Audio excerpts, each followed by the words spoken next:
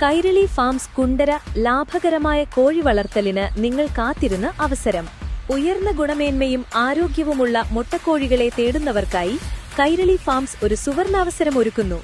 വെറും 1.5 മാസം പ്രായമുള്ള മികച്ച രോഗപ്രതിരോധ ശേഷിയുള്ള സൊനാലി കുഞ്ഞുങ്ങളെ 130 രൂപയ്ക്ക് സ്വന്തമാക്കാം.